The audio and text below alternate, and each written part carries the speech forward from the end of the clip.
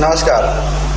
अभी तक आपने बच्चे की नैपी के लिए ड्राफ्टिंग देखी, कपड़े की कटिंग देखी और इस वीडियो में हम सीधे टेलरिंग पे यानी कि सिलाई पर जाएंगे। तो आइए शुरुआत करेंगे। देखिए, पहले हमने जो एक ट्रायंगल कटिंग किया था उसके लिए ऊपर लगाने के लिए हमें 3 इंच चौड़ी और 6 से 7 इंच ऐसी लंबी पट्टी लेनी पड़ेगी। फिर वो हम फोल्ड करेंगे। फोल्ड करने के बाद बराबर उसका एक सेंटर निकाल लेंगे और वहाँ भी हमें कैंची से छोटा सा खचका लगा देंगे, क्योंकि हमें समझ में आ जाएगा ये इसका सेंटर पॉइंट है। फिर उसके बाद लेंगे हम 1 से 1.5 इंच चौड़ी और 5-5.5 इंच तक लंबी पट्टी। ये हम 2 पट्टी लगाएंगे, क्योंकि दोनों तरफ हमें उसकी नाड़ी बनाने के लिए जिसे हम वो बांध सके। और एक छोटी 3 इंच की पट्टी भी इसी साइज की हम निकालेंगे, जो हम यहाँ आगे की तरफ लगा देंगे। उसमें हम ये फिट करके बांध सकते हैं। ये नहीं लगाएंगे तो आप यहाँ चाहे तो आप बटन होल भी कर सकते हैं। ये 2 तरीके होते हैं, एक तो हम इसकी पट्टी यहाँ ज्वाइन करें या उसका बटन होल तैयार करें। अभी देखो, हम सिलाई का तरीका पहले बात देखते हैं। जो हमने पहले पट्टी, बड़ी वाली पट्टी ली थी, जिसको हमने बीच में एक छेद मार्किंग करके रखा था। पहले ये 2 साइड इसके बराबर यहाँ पकड़ के उसके 2 साइड हम सिलाई कर देंगे। मैम, इससे पहले कि आप सिलाई स्टार्ट करें, क्योंकि हम पहली बार मशीन पर बैठ रहे हैं, उसको पहली बार ऑपरेट कर रहे हैं, तो थोड़ा सा जानकारी दे दें आप मशीन हमें किस तरीके से उसमें बैठना चाहिए। हाँ। और हमारा शरीर यानी बॉडी का पोस्चर क्या होना चाहिए। देखो, हमें बिल्कुल ऐसा सीधा बैठना चाहिए, ना कि इस पे झुकना चाहिए, ना कि हमें इसके झुकना चाहिए। और दोनों पैर जो हमारे हैं वो नीचे बराबर रखने चाहिए, ना कि एक आगे एक पीछे। तो दोनों पैर अगर हम बराबर रखेंगे। इसको काटना होगा थोड़ा सा धागे को। हाँ, ये ध्यान देना।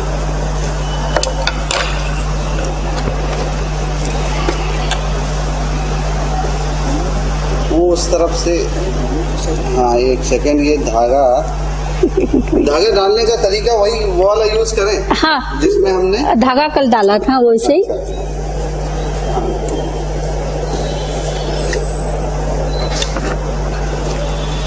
अभी हमने धागा डाल दिया है। धागा डालने के बाद हम इसको बोलते हैं एक पैर की सिलाई। मतलब ना कि हम बिल्कुल किनारे से सिलाई लें या ज्यादा डिस्टेंस छोड़ के सिलाई लें। ये जो 2 पार्ट रहते हैं, ये प्रेशर फुट के, तो इसमें हम थोड़ा सा बराबर एक पैर का डिस्टेंस छोड़ के हम मशीन चलाएंगे। और मशीन चलाते समय ये ध्यान रखें कि जब तक कपड़ा पूरा आगे चला नहीं जाता तब तक हम कैंची हाथ में नहीं लेंगे। हो सकता है तो दूसरा कपड़ा भी हम उसी के साथ ही सिलाई करेंगे, ताकि हमें बार बार कैंची लेनी नहीं पड़ेगी और हमारा जो धागा बार बार निकल जाता है वो नहीं निकलेगा। एक के बाद एक हम अगर सिलाई करते हैं तो वो हमेशा अच्छा रहता है कि धागा निकलेगा नहीं। अभी देखो, ये हो गया पूरा। इसके साथ ही मैं इसको एक जो नाड़ी बनानी है हमें, वो नाड़ी बनाते समय एक फोल्ड करने का एक बाजू से, फिर दूसरी बाजू से फोल्ड करने का। हम नाखून से इसको प्रेस करके थोड़ा बराबर करा सकते हैं और फिर ऐसा एक फोल्ड करके ये हो गई हमारी नाड़ी। और इस पे भी हम एक सिलाई डाल देंगे। ये भी सिलाई हम कॉर्नर से लेंगे, क्योंकि कुछ सिलाइयाँ ऐसी होती है कि हम वो कॉर्नर से डालेंगे और कुछ है वो थोड़ा डिस्टेंस छोड़ के डालेंगे। ये देखो, ये अभी एक नाड़ी हमारी तैयार हो गई। दूसरी नाड़ी हम दूसरी सिलाई के बाद करेंगे, क्योंकि हमें एक एक आगे कपड़ा हम ले जा सके। अभी ये जो मैंने बनाया है इसको हम थोड़ा उल्टा कर लेते हैं।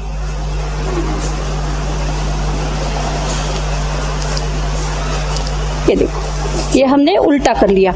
यहाँ का पॉइंट हमें बराबर आने के लिए चाहे तो हम ये मशीन के ये पॉइंट का भी इस्तेमाल कर सकते हैं, या कुछ स्क्रू ड्राइवर का छोटे से। ये देखो, ये दोनों पॉइंट बराबर निकल आए। अभी ये पट्टी हम इससे पहले की पट्टी लगानी है, ये जो हमने तीनों मार्किंग किए थे वहाँ छोटे छोटे टक्स लगा के लेंगे। ये देखो, टक्स के लिए पहले अब मैंने ये बीच का जो था वहाँ एक बार फोल्ड कर दिया। बीच का जो लिया था 1-1.5 इंच तक हम छोटा सा टक्स लगाएंगे। टक्स लगाते समय हम ऐसा करेंगे कि यहाँ बिल्कुल कॉर्नर पे लेंगे और यहाँ थोड़ा ज़्यादा सिलाई करेंगे। इसको बोलते हैं डार्ट टक बोलते हैं, क्या बोलते हैं? Dart tucks. ये नीचे की तरफ ज़्यादा होता है। जैसे कि हमें ऊपर का कपड़ा अगर हमें थोड़ा कम करना है तो ये हम ऊपर की तरफ थोड़ा ज़्यादा लेते हैं और नीचे की तरफ बिल्कुल कम करते हुए पूरे ये फोल्ड पे आ जाते हैं। इसी प्रकार हम और 2 इधर और इधर टक्स डाल देते हैं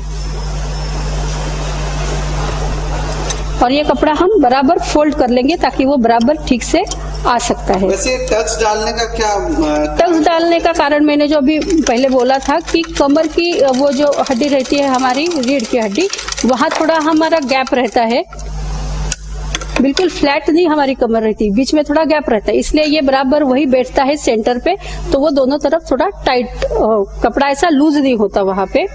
ये देखो ये तीनों टक्स अभी हम लगा लेते हैं।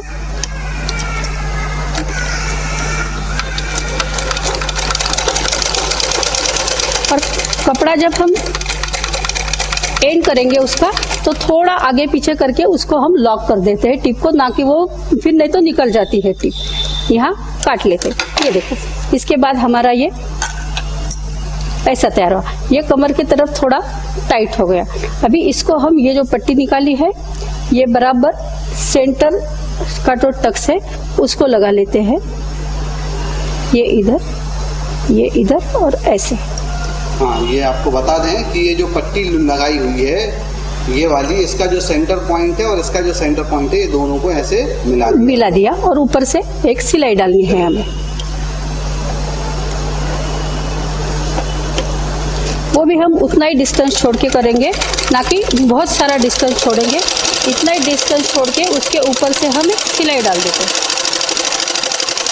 ये जो आपने जो गैप लिया हुआ है ये किस आधार पर लिया हुआ है? ये एक मतलब हमें कोई भी कुछ चीज, मैंने बोला कि बिल्कुल किनारे से हम नहीं टिप डालेंगे। अगर किनारे से ली तो कभी भी ये कपड़ा छूट सकता है। अभी इसके बाद हम यहाँ ऊपर से एक दाब सिलाई डाल देंगे इसको, कि ये जो कपड़े का मार्जिन है ये ऐसा इधर उधर नहीं होगा, वो नीचे बैठ जाएगा। तो इसके लिए देखो ये ऊपर करके थोड़ा फोल्ड करके ये बराबर, इसको कोई दाब सिलाई बोलता है या कट सिलाई भी बोलता है। अच्छा, फिर से धागा निकल गया, इसलिए आप कहते हैं कि बार बार वो तो काटना नहीं है। लेकिन अगर धागा भी अगर खराब हो कभी तो भी धागा टूट सकता है, या हमारे मशीन में कुछ प्रॉब्लम हो तो भी हो सकता है कि धागा टूटता है। ऐसा एक ही कारण नहीं कि हम नहीं काटेंगे तो धागा नहीं टूटेगा, बहुत सारे कारण होते हैं धागा टूटने की भी। तो ये देखो अभी हम यहाँ से यहाँ तक एक सिलाई डाल देते हैं। ये आपकी सिलाई सीधी आए, सीधी है, उसके लिए सीधी, हाँ सीधी हमारी सिलाई हर बार सीधी आनी चाहिए। इसलिए पहले ही जब हम सिलाई सीखते हैं तो पहले 1-2 दिन हम सिर्फ पैर चलाना, मशीन कैसे चलाना, ये क्लॉकवाइज एंटी क्लॉकवाइज जो घूम जाता है तो उससे सुई तो टूटती है, कभी कभी कपड़ा भी पीछे आगे हो जाता है। तो पहले 1 दिन तो 2 दिन हमें प्रैक्टिस करनी चाहिए कि हम सही तरीके से मशीन चलाएं। बाद में सुई धागा डाल के थोड़े एक रफ कपड़े पे हमें सिलाई सीखनी चाहिए। ऐसा नहीं कि हम झट से बैठ गए और सिलाई करना शुरू कर दिया। अगर आप थोड़ी प्रैक्टिस करते हो तो फिर धीरे धीरे हमको भी वो आ जाता है। ये देखो अभी ये पूरी एक टिप पूरी हो गई। अभी हम इसके आगे वो फिर से एक नाड़ी बनाएंगे, जैसे ये हाँ जैसे पहली बना के रखी थी मैंने वो दूसरी लगा दी अभी।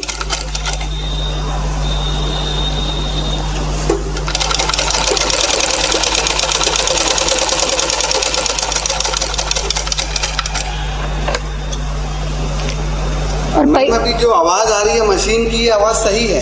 नहीं, मशीन की आवाज ऐसी आती नहीं है, लेकिन कोई अगर पुरानी मशीन हो, किसी का पार्ट कुछ लूज हुआ हो या खराब हुआ हो तो मशीन की थोड़ा बहुत आवाज आती है। और थोड़ी सी आवाज तो मशीन की आती है, बिल्कुल स्मूथ मशीन तो कभी कभी नहीं चलती। मैं ये जानना चाह रहा था कि हमने अभी इससे पहले के वीडियो में मेंटेनेंस, मशीन का मेंटेनेंस, तो क्या हम आवाज से भी पता लगा सकते हैं? हाँ, आवाज से लगा सकते हैं। मैंने पहले बार बोला जब ये हमने शटल फिट किया था, वो शटल अगर लूज हो गया तो शटल से खड़खड़ खड़खड़ खड़खड़ आवाज आती है, या ऑयलिंग नहीं है तो कोई ऐसा जहाँ घिसता है कुछ वैसा आवाज आता है। तो अभी जो मशीन में आवाज है ये नॉर्मल? हाँ, ये नॉर्मल आवाज है, क्योंकि ये थोड़ी बहुत पुरानी मशीन है तो इसमें थोड़ा आवाज ऐसा आ सकता है, लेकिन सिलाई हमारी बराबर है। और ज्यादा आवाज बहुत ही आने लगा तो हमें देखना ही चाहिए कि ये किस कारण हो रहा है।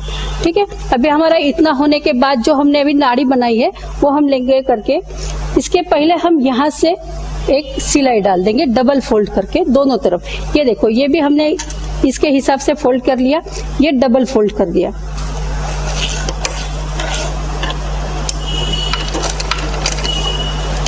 ये डबल फोल्ड किया जाए? डबल फोल्ड, हाँ, सिंगल फोल्ड किया, मजबूती रहे। और अगर हम सिंगल डालते हैं तो ये कपड़ा कटा हुआ कपड़ा है तो इसके ये ऐसे धागे धागे जो दिखते हैं वो दिखेंगे, वो खराब दिखते हैं। तो इसलिए हम डबल फोल्ड लेकिन छोटा सा कर लेंगे।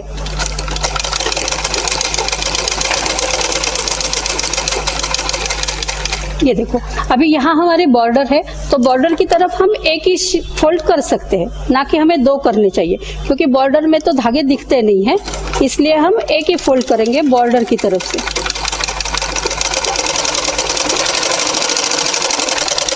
और ये ध्यान में रखें, सिलाई करते समय है ये कपड़ा हम ऐसा कभी आगे नहीं खींचेंगे। आगे अगर खींचते हैं तो धागा टूट सकता है और सुई का जो पॉइंट है हमारे नीचे वो थोड़ा टेढ़ा हो सकता है और फिर उसके बाद सुई टूट सकती है। इसलिए कभी भी हम पीछे सिर्फ चाहे तो थोड़ा सा हल्का हाथ रख दे सकते हैं, लेकिन खींचेंगे नहीं। ये देखो, अभी ये हमारा यहाँ तक होने के बाद हम इसको ऐसा ही डबल फोल्ड कर लेते हैं। और ये समझना चाहिए हमें, ये पॉइंट हमारा बराबर यही के यही आना चाहिए।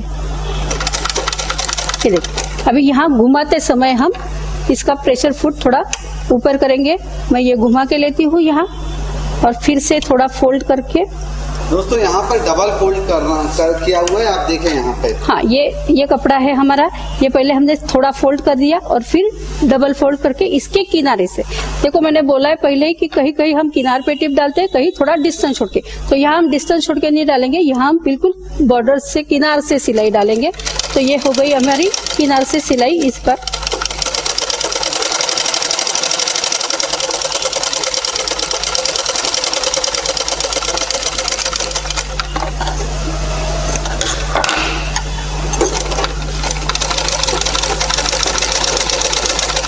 ये देखिए, ये दोनों बाजू हो गई। अभी ये छोटा बचा है टुकड़ा, वही हम लगा, इसको भी डबल फोल्ड करना है हमें।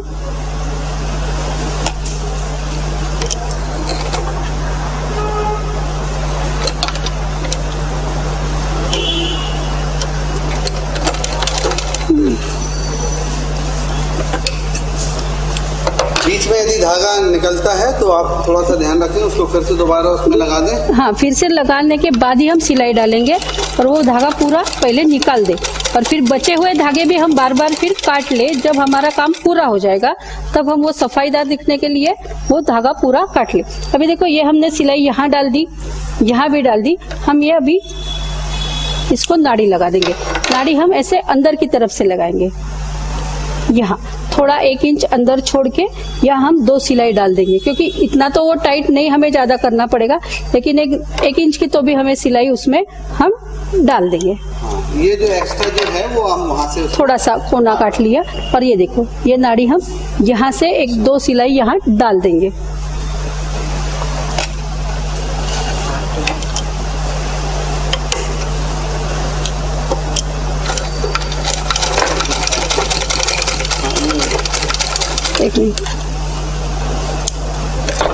ये जो है आपका ये जो कोना था वहाँ पर हमने ये नाड़ी को लगा दिया है। यहाँ एक ही सिलाई काफी है? नहीं, 2 सिलाई में यहाँ डाल देंगे, क्योंकि छोटे बच्चे को लिए तो इतना कप टाइट नहीं हम डालते हैं वो, लेकिन 2 सिलाई हम इधर जरूर डालें और फिर थोड़ा सा आगे पीछे लॉक करके ये निकाल दिया। और फिर ये भी नाड़ी जो हमें यहाँ लगानी है तो वो भी हम तैयार कर लेते हैं। क्या छोटी रहती है? हाँ, ये थोड़ी छोटी रहती है, क्योंकि उसमें सिर्फ एक छोटी सी नाड़ी हम लगाएंगे इसको।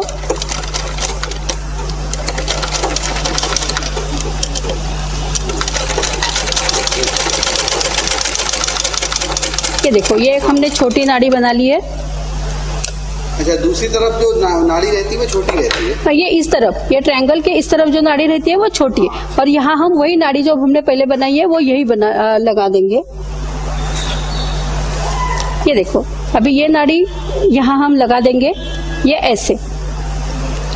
इसी कॉर्नर पे, ये देखिए ये कॉर्नर पे हम ये नाड़ी ऐसे लगा देते हैं और उसके बाद वहाँ एक नाड़ी, ये जो सारी सिलाई जो हो रही है क्या वो उल्टे तरफ हो रही है कपड़े? हाँ उल्टे तरफ से ही, और सीधी तरफ से नहीं कभी हम सिलाई करते, क्योंकि वो सीधी तरफ से की तो वो खराब दिखेगा ना, बाहर सब सिलाई आएगी तो ये हम उल्टी तरफ से ही सिलाई कर रहे हैं।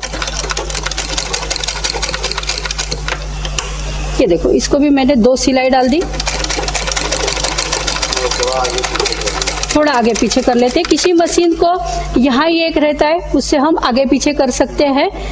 ये देखो ये धागा काट लिया हमने, ये ज्यादा भी धागे हैं वो काट देते हैं थोड़े थोड़े। और फिर ये जो हमने एक नाड़ी बनाई है, इसके लिए एक लास्ट नाड़ी जो है वो हम चाहे तो ऐसी लगा सकते हैं, यहाँ एक हुक के जैसी दिखेगी, या फिर यहाँ ऐसी फिट कर सकते हैं। दोनों तरीके से हम यहाँ ये फिट कर सकते हैं, लेकिन ये अंदर की तरफ से ही फिट करेंगे, ना कि बाहर की तरफ से। देखो अभी पहले हम ऐसा रखेंगे, यहाँ थोड़ी सिलाई डाल के फिर वो उल्टा करके, जैसे पैंट को बेल्ट लगाते समय जैसे करते हैं ना, वैसे ही हम वो नाड़ी लगा देंगे। और ये करते समय ध्यान रहे, क्योंकि ये पॉइंट पे थोड़ा ज्यादा कपड़ा रहता है, तो वो हम धीरे धीरे उस पर मशीन चलाएं। ये देखो ये हो गया। और अभी हम ये ऐसा रख के थोड़ा इसमें गैप रख के, इधर ना कि ऐसे बिल्कुल फ्लैट लगाएंगे, थोड़ा सा गैप रख के हम यहाँ 2 सिलाई और डाल देंगे।